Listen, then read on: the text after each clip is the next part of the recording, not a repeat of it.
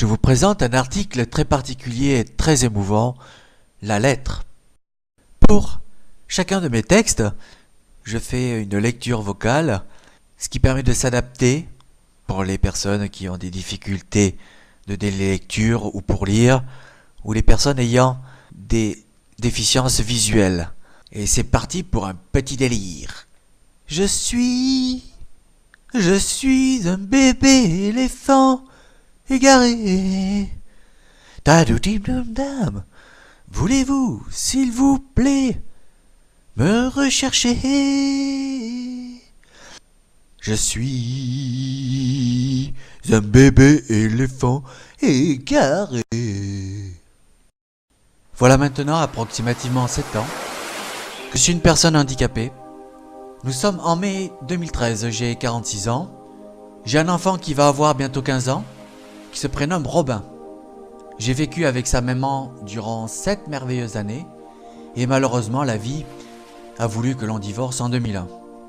Puis, j'ai vécu en couple durant 6 extraordinaires années, avec une charmante femme qui a 2 enfants, Martial et Mathieu, avec lesquels mon fils, Robin, et moi-même avons gardé des liens très forts.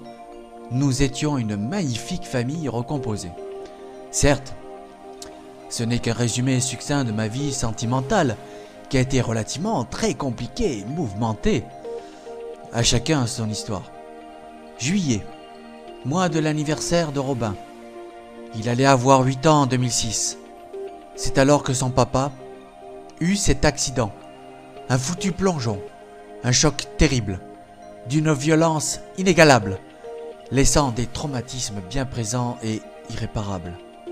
Le 27 mai 2013, à la suite d'une photo que j'avais mise en couverture de mon profil Facebook, mon fils Robin m'a écrit une lettre.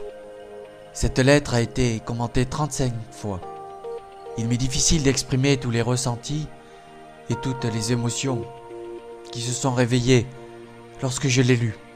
Je vous laisse lire cette lettre, suivie des commentaires des enfants et de moi-même. Cette lettre a été écrite à 22h30 par Robin, mon fils. Lieu du passé, lieu de vie et de mort, là où tout a basculé, où tout a changé, lieu de souvenirs que j'ai effacés. De quoi est-ce que je me rappelle de cet après-midi? Pas grand-chose. Seul l'état de mes demi-frères, ainsi que le fait que je jouais dans l'eau avec ma cousine et de mes demi-frères. On se chamaillait, une bouée pour être plus précis.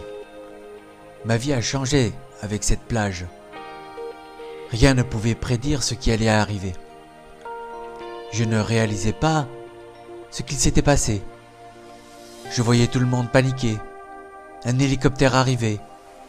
On me parlait, mais je n'entendais rien. Je regardais le paysage. Je ne pensais plus. Je ne parlais plus. Je n'entendais plus. Que s'est-il passé? Je l'ignorais. On me demandait si ça allait. Et aujourd'hui, je ne me souviens plus de mes réponses. Ah là là, quelle bonne journée! Je n'ai pas arrêté de m'amuser. Jusqu'au...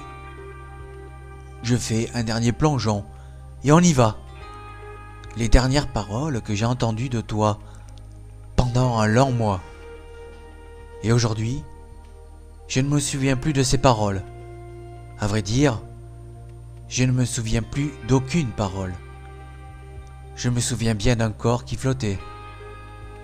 Je n'y prêtais pas attention, personne quasiment. Il était trop tard. Mais aujourd'hui, je t'ai encore. J'ai la chance de toujours t'avoir et je t'aime. Je ne veux pas te perdre. 17 juillet 2006, plage du Vieux-Boucau, là où toute ma vie a basculé. Toujours sur Facebook, aux alentours de 23h43, c'est le grand Martial qui a écrit ça. Tu veux que je pleure, salaud, va? Puis, Martial s'est remis à écrire aux alentours de 23h48. Faudrait que tu m'envoies des textes, je t'en enverrai des miens, frérot. Puis, aux alentours de minuit, Il écrit: Le pire, c'est que je ne me rappelle encore moins de choses que toi. Ça peut paraître égoïste. Je ne sais pas pourquoi, peut-être parce qu'on a peur. Peur de souffrir encore. Ce jour-là, celui qui nous a tous détruits d'une certaine manière et qui nous a fait comprendre l'importance de la vie. Je revois certaines images, la plupart sont floues et marquées par un silence de plomb.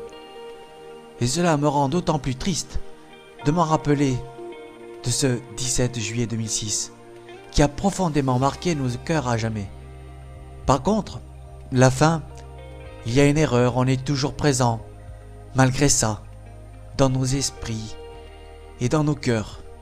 C'est le plus important et c'est ce qu'il ne faut surtout pas perdre, l'amour d'un père et de ses demi-frères. Bise le jeune. 7h25 du matin. Robin répond: Oui, tu as raison. Et je pense comme toi, à vrai dire. Je ne me souviens que de la réaction de Mathieu. Après, je me rappelle de toi et de Flora. Mais seulement dans l'eau, en train de jouer. C'est des souvenirs assez vagues en effet. Merci à tous. Vers 9h41, c'est Mathieu qui répond. C'était le 10 juillet 2006.